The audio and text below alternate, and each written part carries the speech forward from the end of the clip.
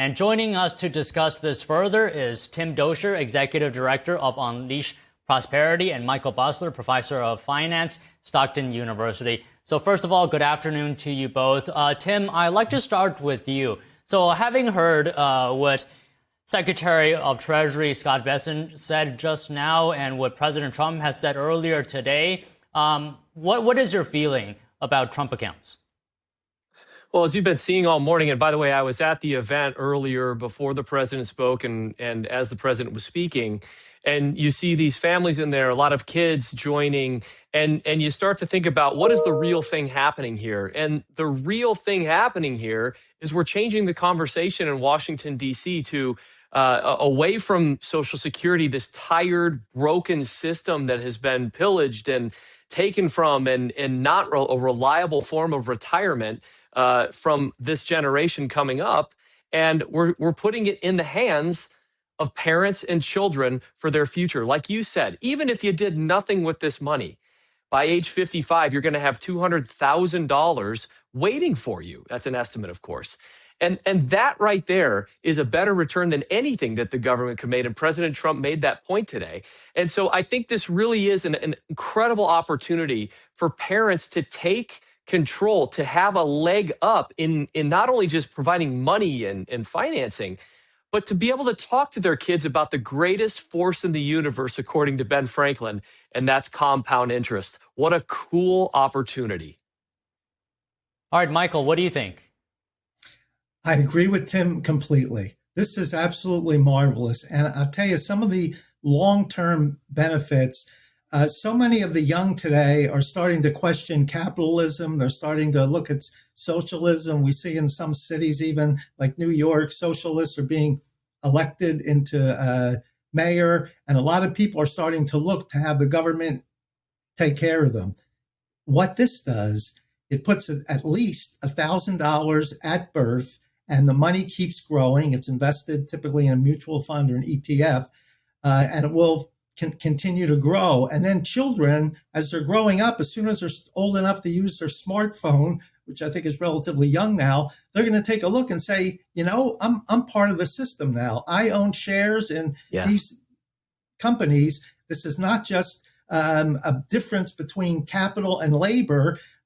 We've kind of bridged the gap here. Everybody that eventually these kids will start working, but they'll have investments in corporations. So when the economy grows and these companies say our earnings are going up, everybody's going to say, hey, that benefits me. My account's going up too. I see the value of capitalism. I see how capital grows, the importance of compounding. And, you know, every time my grandparents or relatives want to give me a $50 gift card for my birthday, I'll just say, put it into my account here, these Trump accounts, and the money will grow. This is a monumental, massive, positive impact on the youth that will end up helping the economy grow going forward and helping young people really understand how the economy works. This is marvelous.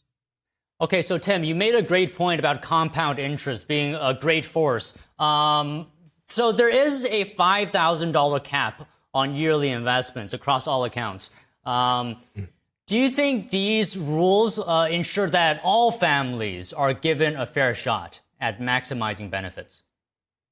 I think that's what they could get at the time. Obviously, it would be great to have no cap, but of course, that was not the size of the one big beautiful bill to allow it. So I think it's a great start. I mean, an IRA, you're looking at probably $7,000 max for contribution per year. So you're not too far behind with the Trump accounts. But this really is something, I just wanted to pivot. Think about what this actually says. This says, this teaches children that American companies are worth investing in. It's not sending part of your paycheck to the federal government who will then dole it out when you reach a certain age, and you're not exactly sure how they got to that number, and it's really confusing.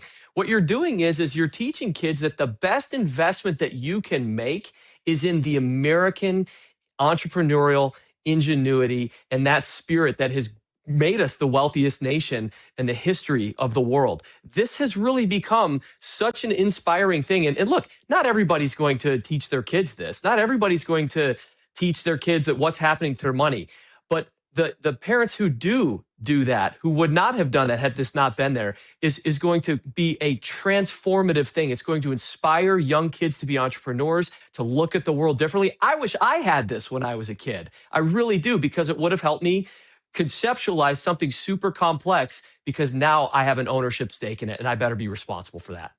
So, Michael, what do you think of Tim's point that do you think these accounts will help positively promote and incentivize financial planning or wealth building for more families? It'll benefit everybody. And one thing that is a unique feature of this, well, people could say, look, I can put money into an IRA. However, you have to have earned income. And so if you earned over $7,000, you can take $7,000 per year and put it into a retirement account. These kids don't have to earn any income. So money can go into there whenever anybody wants to make a gift. A kid starts working as a teenager. He's making a few dollars. He starts putting some of that into there, and he understands that when, instead of going out and spending their money on something foolish, they're going to take that money, put it into the account, and they know it's going to grow. So I think it's a huge benefit to all Americans. And as Tim said, if you're a little worried about what's happening with the Social Security system, is it going to have any money when I get there? I've been telling my students for years, I wouldn't count on Social Security when you retire. I would plan on something else. If there's money there, that's great. If it turns out there's not so much money there, you've taken care of it yourself. Well, here, somebody can start at birth putting money away. When they turn 18, they may be able to use it for a number of different things. If they don't, and they just leave it in there and keep adding to it, by the time they're retirement age, there could be millions of dollars in there. You know, a lot of people say, well, I don't want to work. I hear a lot of my students say, I don't want to work till I'm 65. I want to retire at 40. Well, that's great, but it's financially, it's difficult to do. But if you start putting money into an account like this and don't touch it and let it grow through compounding and adding more in, you'll be able to retire when you decide, not when the federal government tells you it's time to retire. Okay, so and you'll be able to retire a millionaire. I mean, you literally will retire a millionaire. It's an incredible thing to tell your kids. You want to be a millionaire? This is what you have to do. Do it. So Tim, Michael brought up a great point. So I want to ask you, how do Trump accounts compare to existing plans? For example, 529 plans. Well, look, I think that what they did is that you actually can put this toward education. You actually can do this. And basically the 529 is an account the parent sets up for the kid that follows them when they are college age. And I think that they've actually adjusted the law, or they're trying to adjust the law so you can actually spend some of that money before they get college age. That would be a great thing, actually. But this isn't dedicated solely on going to college or on education. This is a savings account. This is an account that you can have control over and dominion over to start a business, or to continue to invest in. It really is a different thing from the 529, which focuses on education. Okay, Tim. Michael, what are your thoughts on this opt-in structure versus automatic enrollment? Because sometimes when it's opt-in, maybe some Americans will miss enrollment.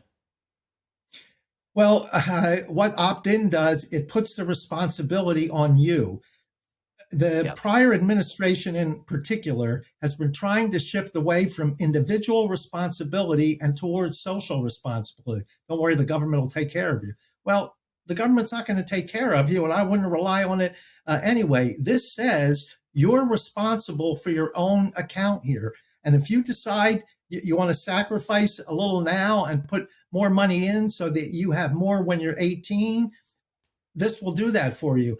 A lot of high school graduates today are starting to question the value of a college education. I think that may be a mistake, but nonetheless, they're questioning the value of a college education.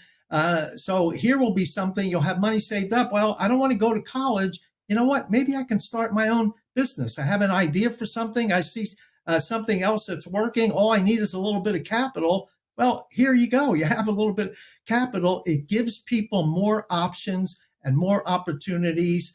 And they know that they have individual responsibility. And when they end up taking the money and using it, they'll have earned the rewards themselves. Great feeling of self-worth.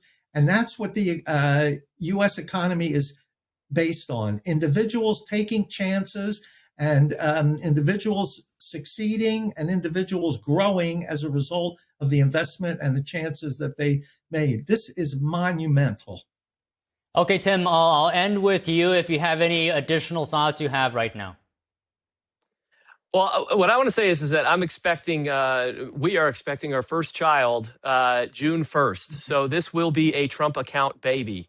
And my wife and I have spent significant time. And the reason why I continue to harp on this notion of changing the narrative is that now we have something to point to instead of, the government is terrible at, whatever. Well, the government has realized now under Trump that prosperity does not start with government. Prosperity starts with American ingenuity, which is represented in index accounts all across the stock market. And that is something that our little girl is going to be able to benefit from. And believe it or not, she will understand what that account means for her. And we hope that she chooses the best for it. Well, Tim, I got to congratulate you on your upcoming child. Thank you both for speaking to us about this topic today. Really appreciate it. Pleasure. Thank you.